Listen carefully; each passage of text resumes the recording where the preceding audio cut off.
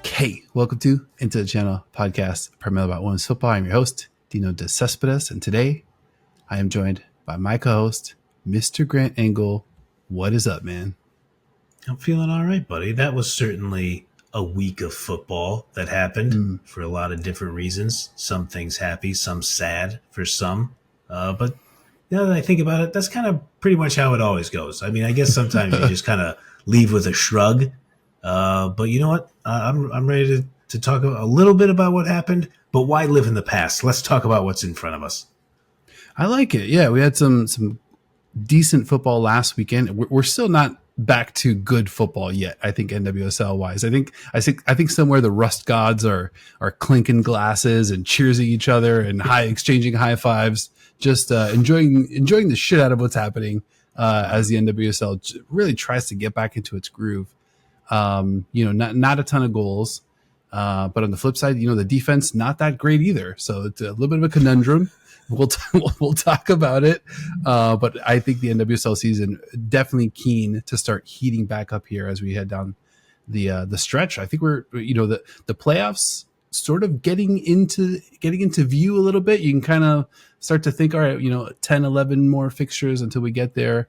But I don't want to get too far ahead of ourselves. Good week of football coming up in a couple days here this weekend. Where do you want to get started? Start with a beverage. I think it's. I think we've earned it. Oh yeah. Cheers. Cheers to you. Cheers to the football. Cheers to earning it. Damn right. If we're going to talk about week 16, let's just do chronological order. I think a couple times we've done in order of interest. I think we'll go back to chronological. So first match on the docket: Washington Spirit versus Racing Louisville. Let's go. I mean, this is not quite the match of the weekend, but this is a really good one. I mean, we talked about Louisville, in that crazy rough stretch that they had. So the 2 against Casey Current, they 0 for 2 against the leaders in the clubhouse here. But the Orlando Pride, 2 matches, Louisville able to claw out 4 points from those 2. We talked about kind of what they might need. And I don't know, Racing Louisville keeps looking like a really good team. I mean, I mentioned 4 points from that Orlando Pride. A couple of matchups could have been 6, to be honest. I think they were well in control of that second matchup too. And they're just a tough team. They defend really well. They play hard. Taylor Flint kind of like slowly moving up my personal favorite player power rankings to watch. Real Ed Reed vibes in the center of the park. Just can reach everything, can get to everything, can disrupt everything. And I think, their success kind of starts from there. And, there's just a lot of unpredictability to their approach. I think this week we saw Sarah Weber, get a little busy and put some pressure, on the Pride. And I think I kind of like week in, week out, it just comes from a different direction, and they continue to be really interesting. Yeah. I mean, Jordan Bloomer, obviously probably the story of the match, I would say, against Orlando Pride. I really like the Marissa DeGrande goal, which also gives me the opportunity to talk about Marissa DeGrande, because Northwestern grad, your number one spot for Big Ten football here on Into the Channel. But a bonus one, in case you're interested, Marissa's father, Tom Vigiano, apparently a hell of a hockey player. He is the all-time leader in goals, points, and hat tricks for beautiful Kent State University in Northeast Ohio. Coincidentally, my alma mater, if anybody cares, and I know you don't. But back to the football. I think Racing. It's interesting that you said that they were in control of that game. I think that's fine. They also could have lost it like 4-1. Like if the penalties go in, and if that Benda howler, just a terrible, one of the worst things I've ever seen Barbara Benda do at 90+9 did in that match. I thought Racing, even with some of the control they had, I think they could have absolutely lost that match. Yeah, they could have lost that match. I mean, I think, the penalty kicks definitely mattered. I mean, the XG is funny, 2.96 to 0.77. I think I'm probably more leaning into like the game state stuff where it just felt like right around the 70th minute, I'm just like, oh my God, like Orlando really, I don't know if they're going to get there. It just felt like, the goal had happened so early. They had gotten so frustrated. But they did end up obviously equalizing. I think it's what's interesting about Orlando is I think they're turning a corner a little bit with regard to that attack, working in like Simone Jackson. We obviously saw Julie Doyle, starting this one, obviously missed the penalty kick. Ali, and I think they're just kind of moving players around. Angelina returns as well. So I feel like this is the beginning of a new look Orlando offense down the stretch. So we'll see, kind of like if that bears fruit. But sticking to this matchup, obviously the Washington Spirit. What's your take? I know you kind of like were keen on them last week. This past weekend against Gotham, a little more tepid. What was your take on how Washington looked, and then what are you going to be expecting this weekend? Did not enjoy that match versus Gotham FC. Yep. I did mention the betting line. I thought it was relatively even through the first like 30, and then Jace gets that red card, and I was already thinking, well, I wagered a few ducats on this match. How will I spend my riches? What kind of jewels or fancy oils or furs will I buy with my new riches? Yep. You're a one to splurge. Nothing. Just couldn't get past that Gotham defense, and it just felt like they were getting Washington was kind of getting pushed out wide. I think, and I wanted to say this even after the Portland win, because I still obviously am not selling any of my Washington Spirit stock. They're still great. I think they're even in the Portland match that they won. It feels like Narumi is still kind of working her way into Washington Spirit's attack and still kind of finds her way. And I don't know if this makes any sense. So please, correct me if you think I might be off on this. Narumi plays it feels like a structured, very intelligent style of football. And in this kind of like free-flowing, very Spanish-like attack that Washington has, there are just moments in the match, and even it was even happening versus Portland, where she's just like, well, this is the right place for me to be, but it wasn't fitting in the flow of the offense. So I don't think she's obviously not hopeless. She's obviously an incredibly smart player who can drive the ball down the field and give you some good defensive moments, but it just feels like she's not quite online yet, if that makes sense.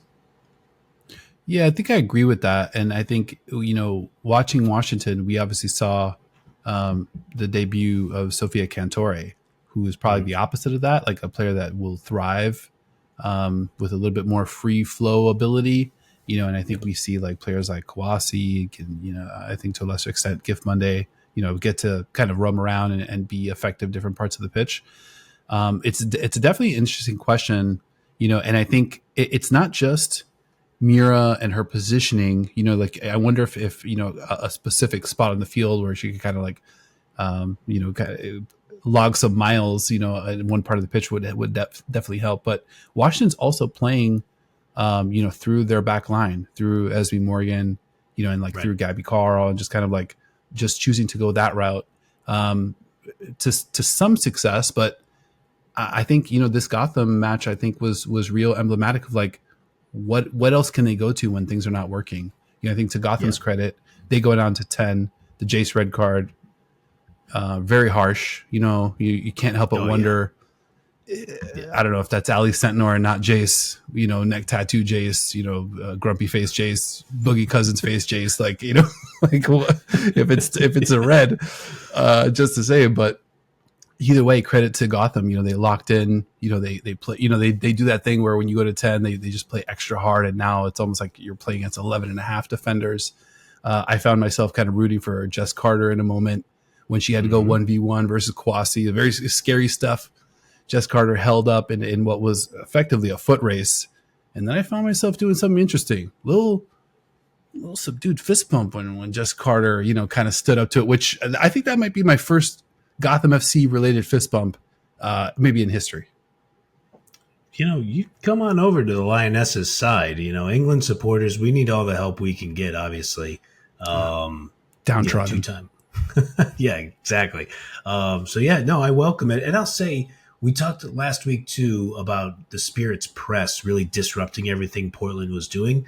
We'll say, I know we've had our questions about Gotham, but you want to try to press Lily Reel, Emily Sonnet, Jess Carter, Rose Lavelle, Jalen Howell. It's harder to press them. I do think they have a good defense. They've allowed 14 goals this season, among the fewest in the league. And even with Ann-Katrin Berger just losing her mind in a couple different spots versus the Spirit and kind of trying to give a goal away. But to that end, Rosamund Kawasi did not let Ann-Katrin Berger give that goal away. She smacks it off the post, what I thought was going to end up being a tap-in. So, again, not selling my Washington Spirit stock, but disappointing result, obviously, against 10. I think that could spell trouble for Louisville, if you ask me. Yeah, I mean, I guess we'll see. I mean, Washington, you got to be able to score goals, and they just are not able to score that many goals recently. And so that's a key thing. And I think Louisville, I don't know, they can make it real gritty in there. So I would expect at least a highly contested match. I think that's going to be an absolute no-brainer for sure. But let's scoot ahead. This one will be contested, maybe not hotly contested, somewhat sort of contested. Two teams, trudging around, the bottom of the table here. Utah Royals hosting Angel City FC. Still alive, Angel City FC, and not a terrible performance, Angel City FC. Where do you want to start with this one? I think Angel City continues to have some questionable defensive moments. I think it was early second half against San Diego where Madison Hammond just gave the ball away to Kimi Ascanio, who almost scored. But at the same time, Angelina Anderson stands tall back there on the back line. I think, she's a good keeper. She's obviously getting a look from the U.S. women's national team for a reason. I liked some of what Riley Tiernan was doing in that last match where she had a nice play where she played Alyssa Thompson in on goal that I thought was a certain goal. And just to channel our friend Leanne Sanderson, I think Thompson could have done better with it, probably should have done better with it. And a player who we hold to the standard that we do of Alyssa Thompson, she probably should have scored that opportunity. But it's going to be Angel City. I think I just came to the conclusion when they get that late equalizer, I was like, yeah, they're just going to be weird all season. I think I agree with that. I mean, you watch Tiernan, you watch Alyssa Thompson, you watch Alana Kennedy, a player that, to me, I mean, you got a lot of Alana Kennedy minutes. I thought Alana Kennedy was cooked, and apparently, I don't know, maybe it was just a bad stretch, bad form, maybe he was overcoming an injury, but looking better and better, impacting the game now offensively, in addition to defensively, and defensively holding up, against really, tough competition and tough attacks. I just wonder though too, I know Alex Strauss is getting a little bit of a longer leash, and the pressure's not necessarily on, but you would like to see a little bit more. It's like you want to see the one step back to see two steps forward, or maybe one step forward, a step and a half forward, not just two steps back and then we just stay back there. And I think I'm really looking to see what is coming, when is coming. Svein Jane, obviously she gets the assist in this one, but hasn't really been unlocked either. They've got talented players. They're not absolutely without talent. They're not the most talented roster, but I don't know. I don't feel like things are really coalescing there necessarily.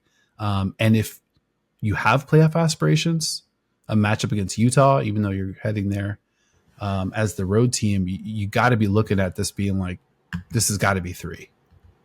Yeah, for sure. And I think, we need to afford a little bit of time to Alex Strauss, who's, going to come in and, kind of has to help the team play, like figure out the pieces that he wants to move around. You know, I think the best managers, their teams kind of play in their image, but they're still maximizing the skill sets of their players. So yeah, I just think that whatever happens with them, whether it's a big dip or they start to kind of figure it out and move in the same direction, I think it's going to be interesting no matter what happens. I don't know if that's a pretty general take, if you will, but I'm going to watch their matches because it's like there's enough, like you said, there's enough talent there to be like, okay, I want to see what happens here. But it's also like, it could go sideways. yeah, which it kind of makes for more, more fun television. But I don't want to spend a ton of time. Maybe the least marquee of the marquee matchups of this week, Utah Angel City. I want to scoot ahead. Let's jump ahead to Saturday, and let's fucking go. I'm just looking at what actually kicks things off on Saturday. The Kansas City Current, the Orlando Pride, 1 p.m. Pacific, Saturday, August 16th. What do we need to know about this one? Oh, this date's been circled for a long time, my good man. Just a gigantic spot for our Orlando Pride. I think at this point, yes, Orlando Pride are the reigning double winners. But at this point of this season, Kansas City Current is the measuring stick for which all contenders are lining themselves up against to figure out, okay, where do we stand in the playoffs? Kansas City Current is clearly the best team in the league. How are we going to stack up? How much confidence are we going to have going into the playoffs? And obviously, Orlando Pride already lost at home to Kansas City Current 0-1 on May 16th. And so they're going to be showing up to Kansas City looking for some get back. Easier said than done. I want to make the case for Orlando here. And I think, something that you've talked about this season, Kansas City, hasn't always like won the possession battle or the touches battle necessarily. Like, they've sat back a little bit and, invited offenses to play a little bit more forward, gives them an opportunity to kind of like go over the top or go around and run, gives them a little bit more space as well. I'm interested to see if that strategy gets employed against a team like Orlando. The other thing that I continue to think about is Kansas City has looked really good this season, has like notched the results, can't argue with it. Yep. But I mean, I am of the opinion that I don't know that they've looked necessarily dominant, to where you watch this team and you're like, there's no beating this team, and I think I can tell you like right off the bat, the first place I'm looking is their depth. You lose, DiBernardo. Obviously there's various injuries that this team is dealing with, but you just start to see who this team like brings off the bench. It's not the same level caliber of talent. Now, Kansas City benefits because they have very versatile players that could do different things offensively and kind of mix it up. You add Ali Sentnor to the mix, but I don't know. Like, I don't know that Kansas City has kind of blown my socks off or had like a performance, where, they're beating a Washington or they're beating a, like a team handily that really, I mean, maybe this Orlando matchup is that matchup where we're like, okay, we thought these teams were close. And Kansas City just hung 4 on Orlando. Like, this could be the weekend, but I don't know. Correct me if I'm wrong. I'm still waiting for that slam the door kind of performance from this Current side. What a take. I absolutely love it. Thanks. They had the 2-0 victory in Washington on March 22nd, but I think that was a very injured Washington side. No Rodman, no Hirschfeld, no Bethune. Rodman came on in the 57th in that match. Are they lacking a signature win?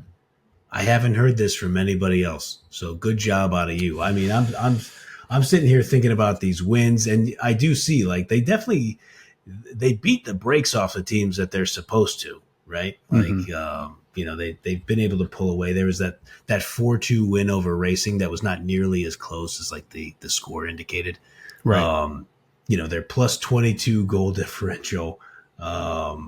It's 12 ahead of the Orlando Pride, who's second best in that category. But I like it. I like where your head's at. If you're Orlando Pride too, you lost 1-0 at home to them, but you can, Barbara Benda should make that up in the next match, right? Or like you think about it, so.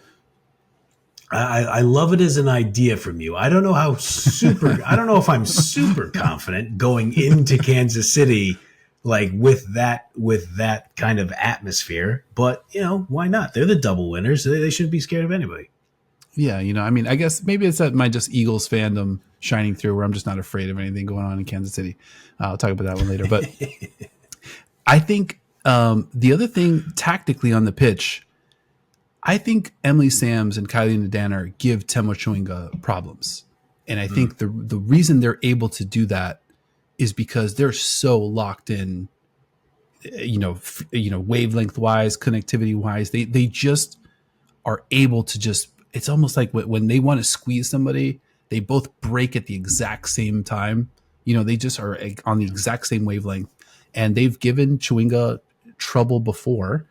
I don't think that, Orlando's going to give away a goal like they have done a few times this season. I think they'll be locked in from jump.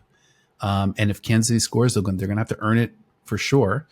And then they're going to have to defend a little bit, maybe more than we've seen. I think defensively they've been really good. Kayla Sharple's been awesome this season.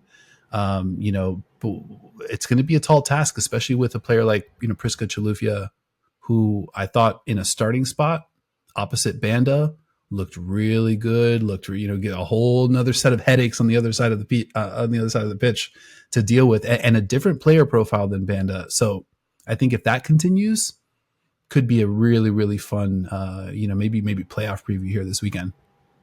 Yeah, absolutely. I mean, it's lining up. I mean, it could be the final. Am I going to start betting against Orlando Pride when the playoffs come around? Probably not. I don't think so, but I don't know. I still got all that Washington Spirit stock I'm holding, so we'll have to see. But either way, 1 p.m. in the greatest time zone, 1 p.m. Pacific time, obviously on Saturday. Very much looking forward to it. Hell yeah, let's go. All right, next matchup on the board: the North Carolina Courage. Nobody's North Carolina Courage. Just kidding. Versus the Portland Thorns. Where do we get started with this one? Obviously, North Carolina getting to North Carolina, as we saw last week. Portland, you were in the building for that painful one. A lot of different places to kind of kick things off here. Where should we get started? I think there are a multitude of factors why I want to start with Portland Thorns FC, and one of which would be they're coming off a gigantic victory over their hated rival, Seattle Reign FC. As you mentioned, I was there. Portland punished Seattle for every silly mistake that they made in that match. And they were vultures. They were just on top of everything. The set piece goals, Seattle pulls one back to make it 3-2. And you're like, okay, what kind of life are we going to have here? And they just run the ball up the middle, essentially. Speaking of your Philadelphia Eagles, Saquon Barkley to the house from the kickoff. Just a bizarre goal for Seattle Reign to give up, but Portland was up for it. Sugita and Coffee are just a horror show for their opponents. They just make your life miserable out there. And then you have Olivia Moultrie, who is playing with a motor and intensity right now. That just, if the ball's within 25 yards of her, she's tackling you, man. She is just a maniac out there. Yeah, she's just running through you, and then it's so punishing that she had that one juke for the Reina Reyes goal. So not only does she, when she's coming at you, she's hurting you, but then she'll feint you, like go the other way, and you're just bracing, for the impact that's coming your way. I'm glad you mentioned Sugita. Sugita was unbelievable in this one. I could not believe how how effective she was. She did have that 1 point blanker. Claudia Dickey on those on the other side, I thought had a real great moments early in the first half. Got a great stop on a Sugita point blanker that I just couldn't believe that she caught it. I've seen, we're going to heavy NFL, but I've seen a lot of wide receivers and tight ends miss, drop that one from that close for sure, and not even at that velocity. So that was incredible from Claudia Dickey. But vultures is such a perfect descriptor because in the first half, I kept thinking about the play when Raylan Turner beats Jordan Bugg twice on the same play, and then the second time ends up being the penalty, and then Bugg essentially melts down for the rest of the first half. Is just thinking, overthinking, like just sort of second guessing, like not stop start and just kind of like just off kilter in a big way. And I thought Portland really, to your point, they find that weak point and they just pick at it. Whether it's just an errant pass or a player that's a little, confidence a little bit rattled, even if it's for a 10-minute stretch, they'll kind of pounce on that. Yeah, and I think they were one of those teams that they're coming off that disappointing loss against Washington Spirit, where it was 2-1, but we talked about the way Spirit disrupted them with their press and controlled the ball and all those things, and you could tell Portland was just like, we're not dropping 6 points. We're not losing 2 matches in a row. They were leaving there with something, to quote the great Denzel Washington. And yeah, I mean, they were just way up for it. Now, yeah, they're traveling across the country, but they're playing in North Carolina Courage, who appears to just be in complete disarray at this point. I know you and I try to do this with a reasonable view. But I'm not exactly sure what's going on over there. They have good players, but just nothing feels like it fits right now, and nothing feels like it's right now. Yeah, I mean I think this team is definitely hunting for an identity for sure, and I think seeing post Shaw Nahas, I thought Jaden Shaw had a very positive game and some of the most positive moments that we've seen Jaden Shaw have. So what does that tell me? That tells me that like Sean Nahas out the door, and now nobody's really sure what's going on. Like I think it's a lot of like sort of like, or we'll see what we have, and you can see how that scenario kind of created the right circumstance for Jaden Shaw to have a little bit of a good performance here, but they just can't really get anything going. They can't generate any offense. Manaka's dangerous, but they can't really get her the ball. It just, I'm not sure. It seems to be a little bit impatient offensively too. Like where it's like, okay, well, we've started a little slow, so let's kind of like catch up here. And they're just not able to string much of anything together. And what used to be their calling card, tough defense, good possession, smart, kind of passing, just kind of control field position, control the tempo, that seems to have gone out the window, just the same.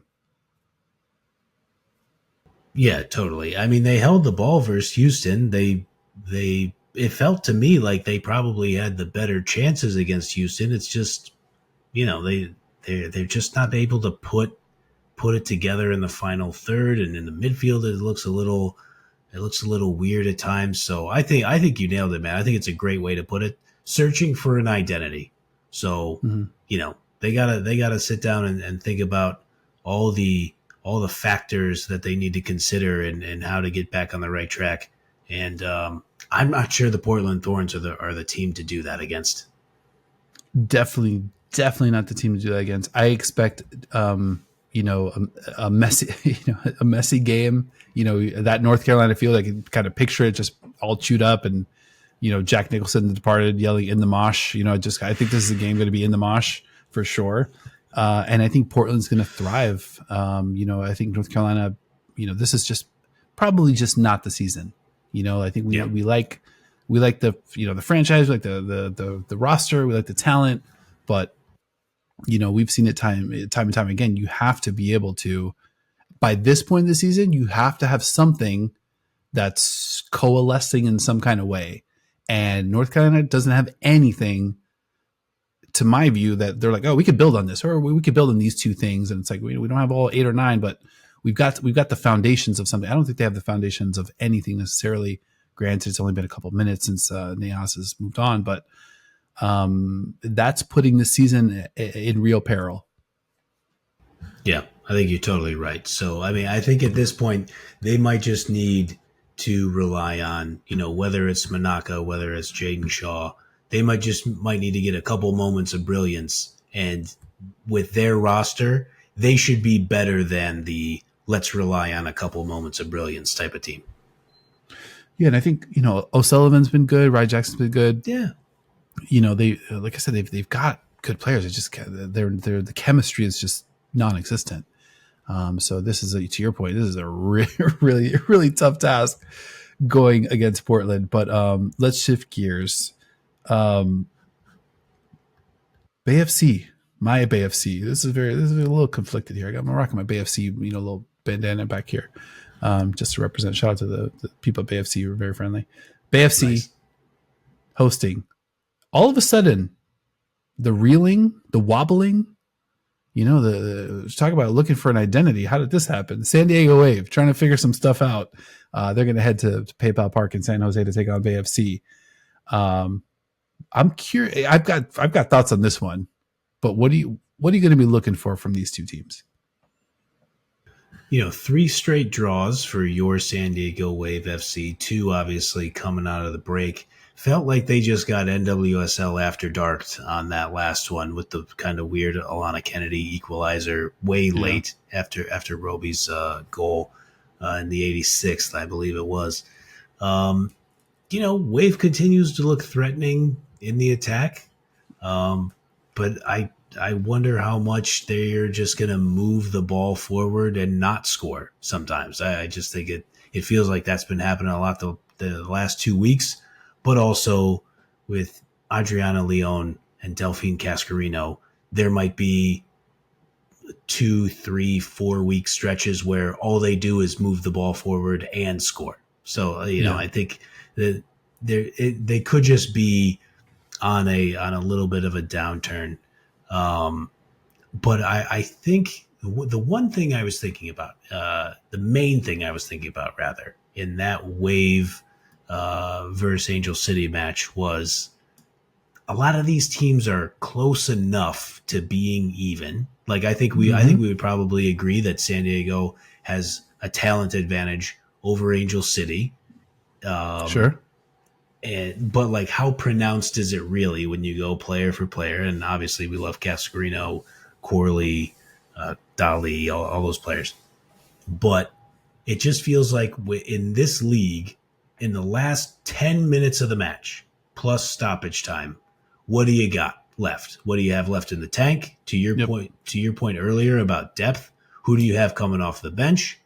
And what kind of metal do you have? And I know that's a little bit of a, squishy concept in sports, but so many of these matches are just going to come down to the last 10 minutes plus stoppage time in the second half. And you got to be able to figure out a way to get something done. And I am 50-50 on San Diego in those spots. I think I might need to see it more. And obviously they're Shield winners 2 seasons ago, but that last season really had me start to raise some questions. And you and I have had our thoughts about Jonas Eideval, who we did not mention in that San Diego Wave Angel City match. Jonas Eideval versus Alexander Strauss. The last time those two managers met, Bayern Munich with the 5-2 victory in the Champions League. So pretty hard a game, yeah. Exactly. But I guess Jonas, did you tell me he still gets the Champions League medal? I guess I'm not sure. Good question. Hey, he shouldn't. There we go. And that, my friend, is why I have my questions about San Diego Wave. Oh, no, I'm not going to do my guy like that. Or a guy like that. He could be your guy if you want. No, I'm not going to do a guy like that. He's probably a nice guy. Never spoken to him firsthand. That's Anywho, San Diego, we talked about this with the XOG guys. Adriana Leon, and it really haunted me because when we talked about it with them, I was like, Adriana Leon's great. And like what I told them was like, I think she's always in the right position, which is why she's always getting the ball and getting looks at goal and getting shots and having space. But the finishing is so hit or miss. And in this one, she had a couple looks. They're just like, oh man, could have had, if we had one of those, which I think, it just kind of puts her not at that top level, or maybe not even at that second level, maybe shorter than that third-ish tier. But to me, she's going to be the player to, really decide where this team falls, because I think the league to some extent has caught up with Kenza Dali, and McCaskill. Cascarino, I think, is still a step ahead of most of the league. She's just terrorizing. But she needs to play, and Gia Corley, I think, has been really good, but they need a place to go with the ball. And they need somebody who can finish. You see in this one, they get the goal from Roby, but that's got to be Leon. That's got to be Leon getting a goal or two, pretty consistently and in big spots if this team's going to compete down the stretch with some of these huge teams. Obviously we know their strengths, but that is just going to be the one place where it's like, we got to see it. Yeah, I think that's totally fair. So if there's an opportunity for us to see it, no offense to your current squad there, that you're living in that general area, is Bay FC the team that we might see it against? I think it might be pretty likely. That defense scares me, but not in the way that defenses hope to scare opponents. I mean, this past weekend, they trotted out a back three: Kelly Hubley in the middle, Didasco on one side, Malansad on the other, and Silkowitz back there, who I got a chance to talk to last week. I was going to put it up, but I didn't get a chance to do it. But just a great conversation heading into this weekend's matchup. I think their defense gets sold a little short, I'll say. I think they do kind of play spirited. I think their midfielders like to get after it because all of them are unproven. You can look all the way across the line. Hill, Huff, B-Bar, whoever you're looking at, Conti, I think at the start last week as well. All of them need to do stuff, to really prove that, this team is for real and they've got their spot. Their spot is for real on this team. And this is going to be a great test because that San Diego, midfield is an absolute nightmare. So I think on one hand, you're catching San Diego on a little bit of a cold streak. But to your point, Bay FC, they will have breakdowns defensively. They will give you alleyways. You're not going to beat them all day long, but they will give up opportunities for sure. I think so. And Melanson, I thought she was good against Chicago. I think she's been on balance good this season. Yeah. I don't know, and maybe this is the Big Ten football in me a little bit. I think I'd like to see him play with a little more of an edge. And you tell me if maybe that's I don't mean it to be a criticism, but you can tell me if it's a fair comment or not.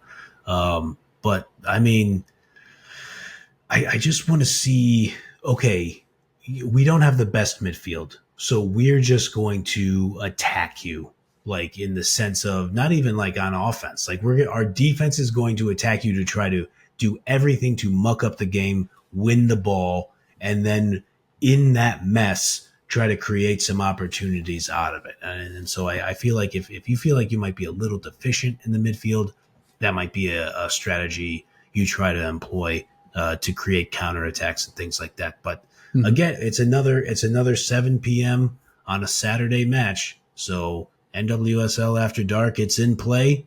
I'll be tuned in for this one. I'll be very interested to see how it goes. I get the feeling too that here, Bay AFC, our home club, I think the patience level is starting to dwindle a little bit. I'd have to go back and check the tape, but I want to say that Coach Montoya, at one point, answering another reporter's question, said, "Well, as long as we're here, we're going to do X, Y, Z." Which kind of raised my antennas. I was like, what does that mean? Is that already kind of like on the radar a little bit? So I feel like we're, I don't think that this is a second year expansion team. So I mean, you do what you want from a leading of the organization standpoint, but I could see an organization getting a little bit impatient at this point for sure in the experiment, and they haven't looked clueless, but you got to see something, and I think this is a good spot. I think they had a couple opportunities the last couple of weeks to get something, draws in both matches. I think this is one where a little bit tougher customer, but another draw here or a loss here could kind of crank up the volume on some of that pressure. Yeah, I think that's totally fair. And you see managers go in football. You see presidents of football operations get the sack, all that stuff. I mean, the expected own goals guys mentioned it when they were on the show, that they weren't particularly impressed with some of the leadership. Let's just remember that Savi King now plays for Angel City. She was the second overall draft pick. She was drafted in front of Croy Bethune, Hal Hirschfeld, and Raylan Turner. Mm-hmm. And that doesn't feel great right in this moment. I mean, it's tough because you look at some of the players, with Taylor Huff, another player that we talked about with XOG guys, who was the best player. I mean, you could talk, Kundanagi is always sort of in that mix, but was maybe the most positive player, in terms of just creating, moving the ball along and, putting pressure on the defense.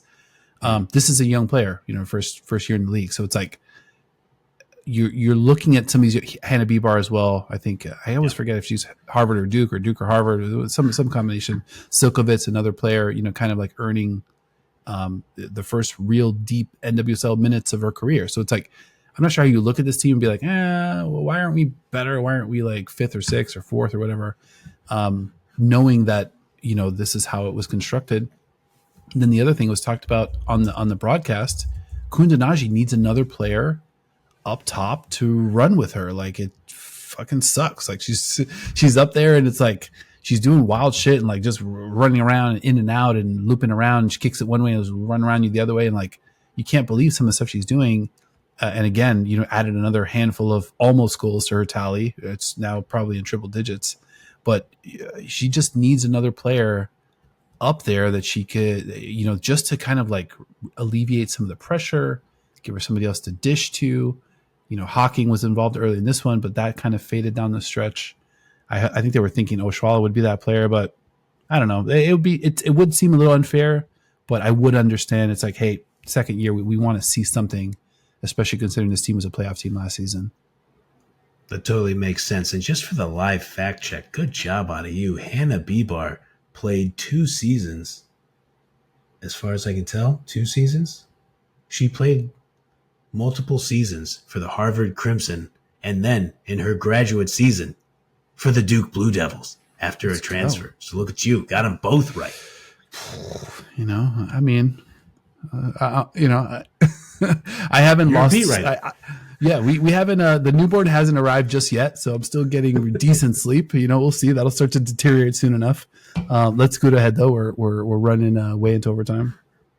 Gotham FC, Houston Dash.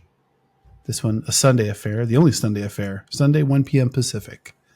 What do we need to know about this one? Gotham. I don't know. Spirited showing. Houston exploded for 2 goals in a week where there was only 2 teams that had multiple goals. Houston just, blew the doors off with that second goal. What do we need to know? Yeah, now I'm thinking fact check. Seattle Reign had 2, so now there's 3 teams. Okay, I think it's 3. Yeah, that's 3. Close enough. Houston gets the win. Shout out to Houston, by the way. But yeah, Gotham, Houston. Where do we get started? I mentioned on Kottrenberger when we were talking about the Washington Spirit earlier. Berger, who we say often, is at absolute worst, the second best goalkeeper in NWSL.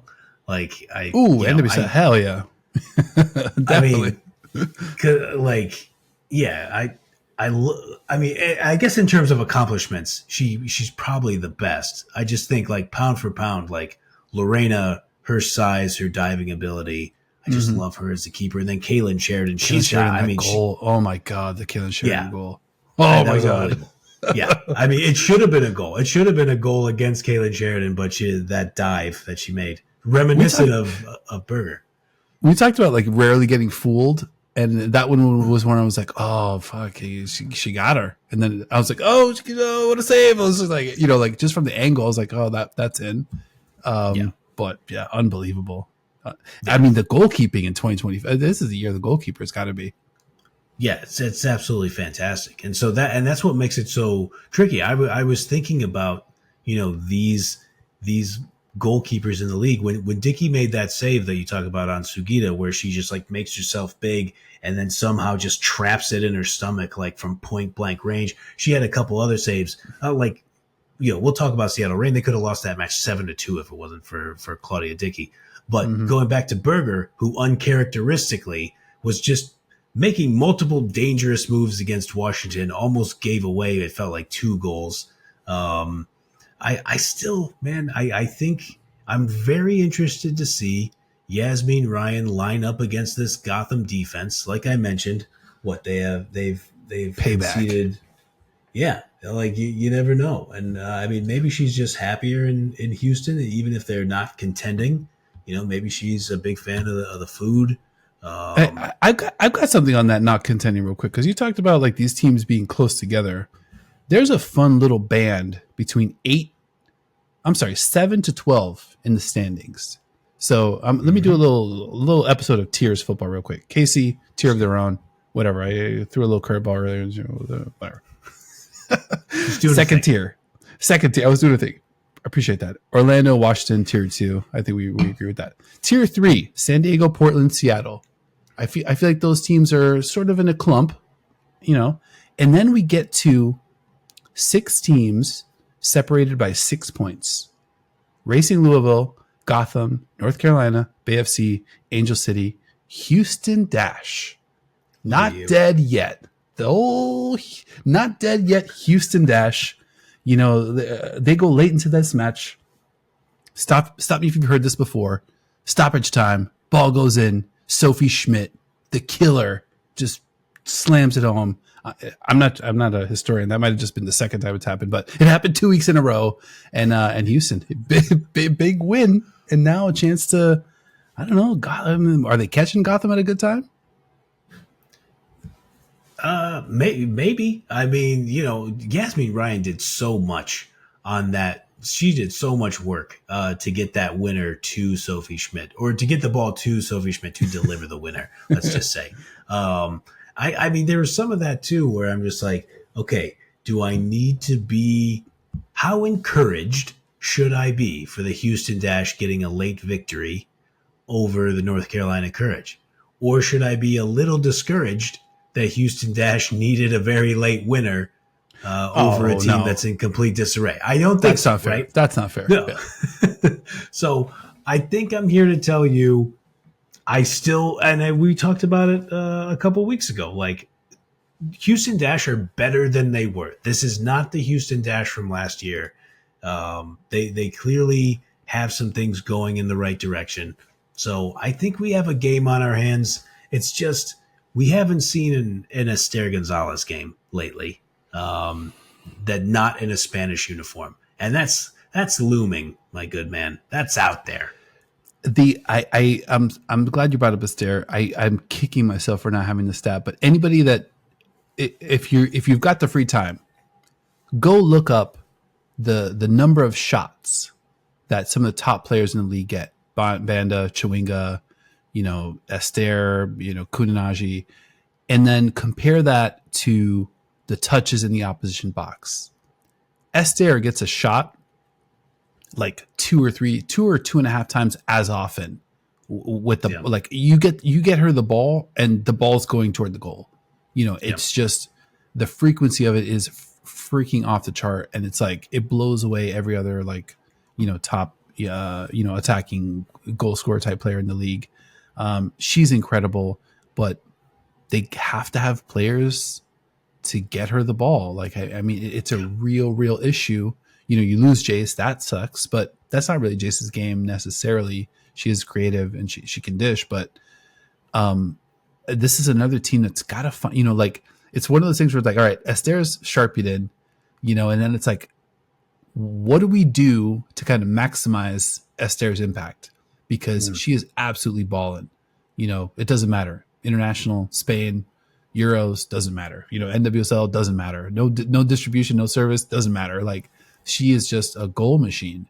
So it's like you would almost look at that whole setup, that whole roster, and be like, can we just wipe the board clean, restart, and be like, how do we double, triple Esther's touches in the box or in the final third and see what that does for us if we can kind of change our identity on the fly here.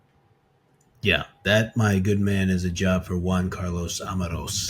He needs to figure that out expeditiously. And I think, Gotham FC, Houston Dash, number 8 versus number 12 on the table. But to your point, I mean, there's a potential point swing here in either direction that could put Houston Dash in real trouble, with Angel City right above them going against Utah Royals, who I think we said maybe 2 words about. Maybe we only use the word Utah Royals in the preview of the match that they're going to be playing in. So shout out to Kate Del Fava, led the weekend in touches for I think for all players. I'll double check that, but there you go. There's a few more words. There you go. I like it. But yeah, that'll do. Brecken Mazingo, also really fun to say. There we go. We just start naming some players. But yeah, I'm gonna be locked in Sunday 1 p.m. I think it's gonna be interesting between Gotham and Houston, and I just think if the Gotham, I'm gonna say it again. I'm just gonna mention it for the third time.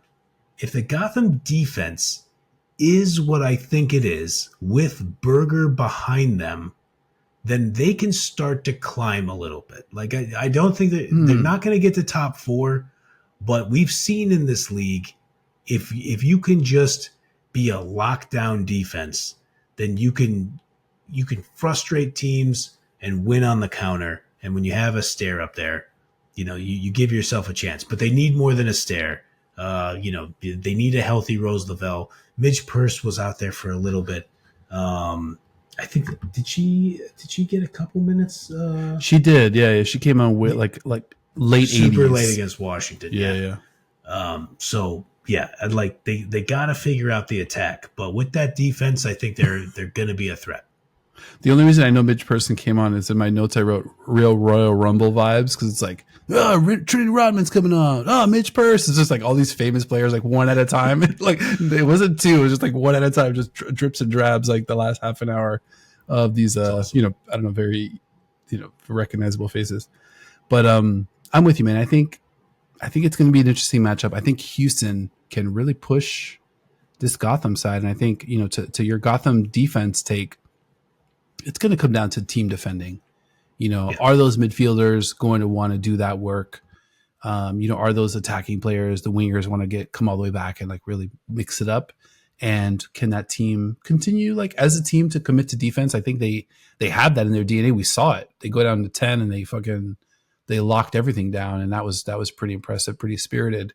But it'll be a matter of, like, can they continue to do that? Can they scare you from an offensive standpoint? Because I'm not sure, outside of Astaire, they have a ton that you're just like, we've got to make sure we shut that down, or shut these 4 or 5 things down. It's pretty much just, all right, let's double Astaire, and we'll kind of roll the dice that way. But that's going to be an absolute fun one, which leaves just the final matchup, little Monday Night Football for your boys. Let's go. Are you attending this one? I will absolutely be in the building. I'll have to rush there after work. I got a long day that day, but I'll figure it out. I'll get there. I'll be in the building. Seattle Reign FC versus Chicago Stars FC, as Dino mentioned, 7 p.m. And as I already said, in the great time zone of the Pacific time zone. So 10 p.m. Eastern, late night Monday Night Football for our pals back east. Seattle Reign FC, just frankly coming off one of the worst I would say probably their worst performance this season. Just really sloppy mistakes. I want to get right to it because I've had no doubt that you were going to pick up on it. Also, it was a puzzling Jordan Bug performance, and I asked Laura Harvey about it specifically in the post game presser. Um, and I think my question was, I think I framed it as it was an uncharacteristic performance from Jordan Bug today. What did you see from her out there? What do you think happened? And I like this answer from Laura Harvey. And I don't think she was trying to be a jerk about it, but she looked me right in the eye and said, "I don't know." And she kind of expanded on that and was like, and I won't. These aren't direct quotes. The "I don't know" was absolutely a direct quote, but then she started to talk about more broadly. She was like, "Look, sometimes in like really hot temperatures, because it was like 90 degrees out there in Portland, and they play on that. They play on that thin turf." And in the post game presser, Jess Fishlock was talking about just like how hot it was on their boots, and they're running around, and it like hurts to hit the ball hard, and like the tackles hurt more. Jeez. And Laura Harvey just mentioned, sometimes with players in the heat like that, it's not the physical fatigue that gets to you, it's your mental fatigue that can get to you like real early. I think anybody who's played sports is aware of this. They can happen in extreme cold too. It's kind of both ends of the spectrum.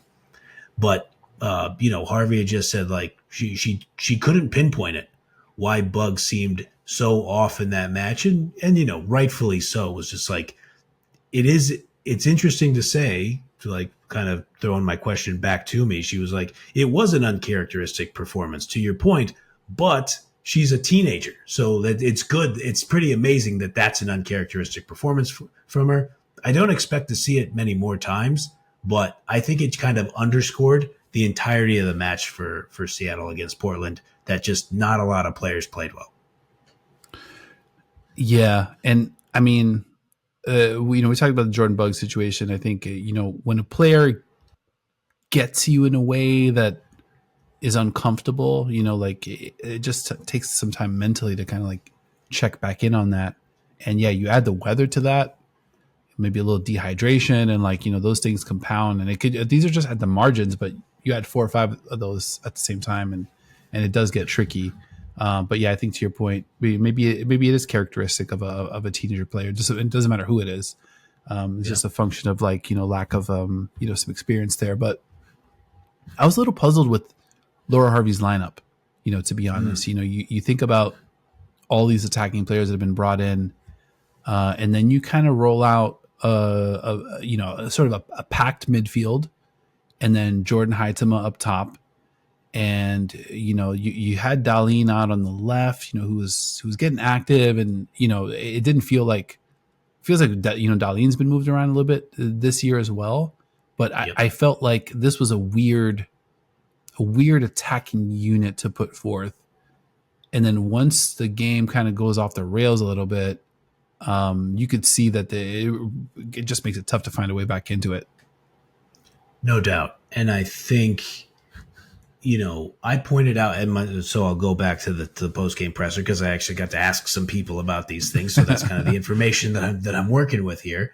Is I asked specifically to Jess Fishlock and Madison Curry, who were available in the press conference. I pointed out, I said, Maddie Darlene, Sally Menti, Sam Meza, and Jordan Bug. It didn't feel like any of them played very well today. And like, looking at, and I understand Madison Curry is a young player herself in her second season in the league, but I started with Jess, and I just said, how much of this do we just chalk up to, this is a derby? And it's the highest attended NWSL match this season. It was like 21,000 plus, I believe it was. It gets loud in there, dude. Like it's not a big arena, and 21,000 was pretty packed. Wow. And so and the press box was outside, so maybe that like added to it a little bit. Like, it's covered, but it's like you could hear it, and it was like rumbling in there. And so the fans were going bananas. It was super hot. The Thorns were on fire. They were in attack mode, And I just don't think it's a coincidence that almost none of the young players played very well, save Madison Curry. And Jess Fishlock gave me a very thoughtful answer, which she doesn't really give any other kind of answer. I'm not just saying that because I like her as a player, but like she really wants to talk about football. It's something I appreciate about her. And she basically told me that like young players kind of have to learn like what these games are and how to play in them. And she mentioned that she talked to Sally Menti and Sam Meza specifically and encouraged them, and she had used the phrase, "Don't let this game hit you too deeply." And then basically said, like, this is the kind of game that you have to go through as a pro and learn from and understand that, like, in this match, the environment is different, and you'll need to prepare and remember that in a specific way. And so, I just think Portland knew they needed to put the young players of Seattle Reign under duress, and they did exactly that. And I think, both Fishlock and Harvey said they don't expect that moving forward. It's just a kind of a bump in the road in the learning curve.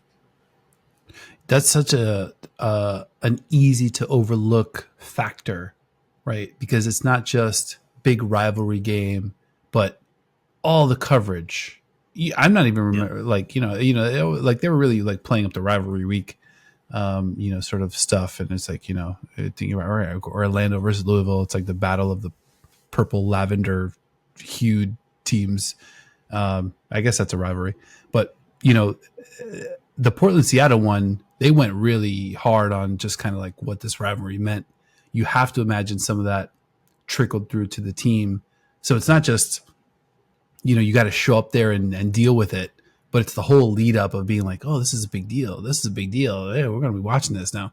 Media folks are asking about it. And like, it's like, it becomes somewhat of a distraction. It's someone that you have to deal with. And then the game goes off the rails. Then the game goes off the rails. And now all of that stuff starts to resurface mentally. And now it's more hurdles that you have to clear, from a cognitive standpoint. So you can see how that happened for sure. But this one's going to be fun. I want to talk about Chicago a little bit because I thought they were feisty. Specifically, I thought Sam Staub, super impressive. I mean, I think playing lights out defensively, big plays from Staub. Listen, Air had some moments for sure. Ali Schlegel, want to give Schlegel a shout out as well. Work rate, awesome.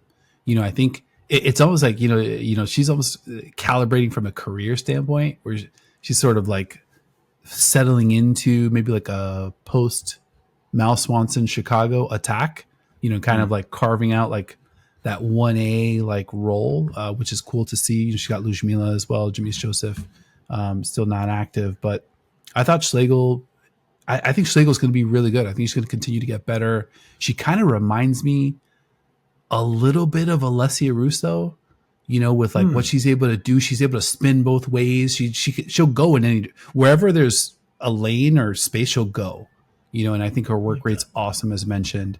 Not as lethal a finisher, but who knows? I think in this league, that's something that you can kind of develop over some time. And I think that's a player that Seattle's going to have to account for sure in this one. No doubt. I mean, she'll fight you in the air for the ball. I think she's obviously a real competitive header winner as well. Mm-hmm. I mean, I don't know how much of it was the mirage of Bay FC's defense, but Shea Groom's goal was pretty good. I mean, she found a way to like kind of walk down their defense and rip the shot. I mean, it takes like poise to be able to do that no matter what defense you're going up against. I've liked the Stars general stees these two matches coming out of the break. We'll see like what that's going to look like. The club announced the incoming manager, Martin Sjogren, current manager at Hammarby, who we obviously have some familiarity with from the Champions League. He's coming in next season as he coaches Hammarby through this Damallsvenskan season. In the meantime, I think the press release said that Anders Jakobsen is set to join the team in the next few weeks. I can't remember what the exact verbiage was, as the interim manager.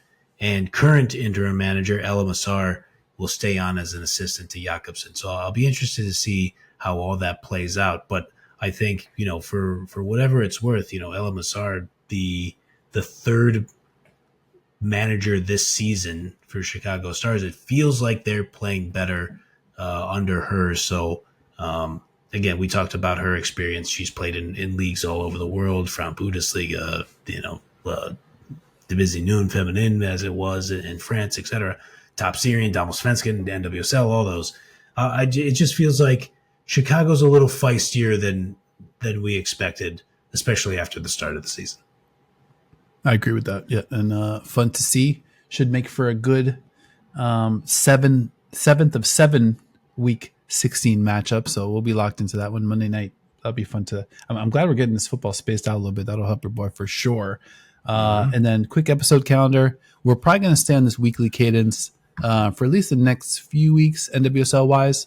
So we'll be popping into your feeds later in the week with the weekend preview, a little sprinkling of some recaps from the previous week, some player news. You already know what time it is.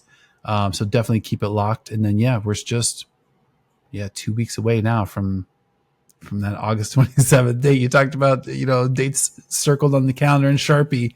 That one is a big one. I think that's when we're going to kind of get to swing all back into some Champions League, machinations as well. So I'm excited for that date as well. But definitely keep it locked. The football never stops. Your boys, we don't stop either. You know what time it is. Through busy work schedules, through newborn children, just everything that could be possibly thrown at us. We're not hot weather, cold weather. We're not going to let any of it stop us. No matter what the elements are, we'll make sure we sit down, have a beverage, and do a podcast like a couple of real tough guys. Yeah, like high 50s, low 60s. Smattering of fog doesn't matter to this guy. I still go outside. I don't care. No, shout out to you, man. That Portland Heat didn't look like any kind of joke. So we for sure appreciate you being on the scene. Just kind of hold them accountable. Just make it. Let them know that the ITC is in the building, which is always appreciated. All right, man. We went super duper long, but that's all right. I think we covered a lot of ground. A lot of meat on them bones. Anything else you want to hit before we get out of here? I think that was it. I do want to shout out Alberto from Portland Thorns media communications team, helping your boy out, get the credential, give me the directions to get there. Fine folks at Portland Thorns FC. I know in Seattle, Reign supporters might not agree with that statement, but I've been to Portland a few times for work. It's generally good vibes down there. It's fine. There has to be a silver medalist for the best city in the Pacific Northwest, and I think Portland's a fine choice. Well, the good news is, obviously, this was in season, but Portland's sitting in 5, Seattle's sitting in 6. We could get a first round 4 or 5 matchups. Like for heading into the playoffs. So, save Alberto's number. Make sure you lock that in. You might need to hit your guy back. I mean, that's assuming Portland holds down the 4, which could definitely go Seattle's way. But I don't know. I'm kind of angling for a Portland-Seattle rematch in the playoffs. I'd like to see Washington Gotham go at it again in the playoffs. I thought that was a fun matchup, and it definitely left me wanting more. I'm just like, so many good players. I want to see these two teams play again, but play good. So right. I think that could be something that could be headed our way as well. But I don't know, still a ton of time between now and the playoffs. With that said, thank you for listening. This has been another episode into the channel. If you enjoyed the show or love women's football as much as your boys do, make sure to kick it with us each and every single week. Like, subscribe, follow YouTube, Spotify, Apple Podcasts, wherever you like to watch or listen. Leave us a review over your favorite podcast app. Links to all of our socials, except one, showing us this episode. And a big thank you to my co-host as well, Mr. Grant Engle, sitting in the EP chair, finger on the button. He's going to let you know when the episode starts and the episode ends, but we need this because obviously, your boy's got some life changes coming right around the pike here. But either way, EP, co-host, co-creator, co-writer, co-producer, I appreciate you, bro. Co-everything. You already know what time it is. Show impossible without you. I'm gonna need more. Mr. Grand Angle minutes down the stretch here as your boy goes into the deep dark dungeon of newborn fatherhood for the second time. But I already know there's nobody I can count on more than my guy. I appreciate you, bro. Well, likewise, buddy. I mean, I'll try to live up to all that. And obviously, I feel like I know our pals in the community well enough to speak for everybody. Congratulations. Early congratulations. Becoming a dad, the dad of the year for the second time in a row. So you already know. And thank you to everybody for checking out the show. I'll try to do a good job editing the show. I'm not going to be nearly as good as Dino at it for the first several weeks. So just bear with us if you can, please. Thank you for dropping knowledge in the comments. If you got editing tips, hit me up too. I can use all the help I can get. And we will see you all next time.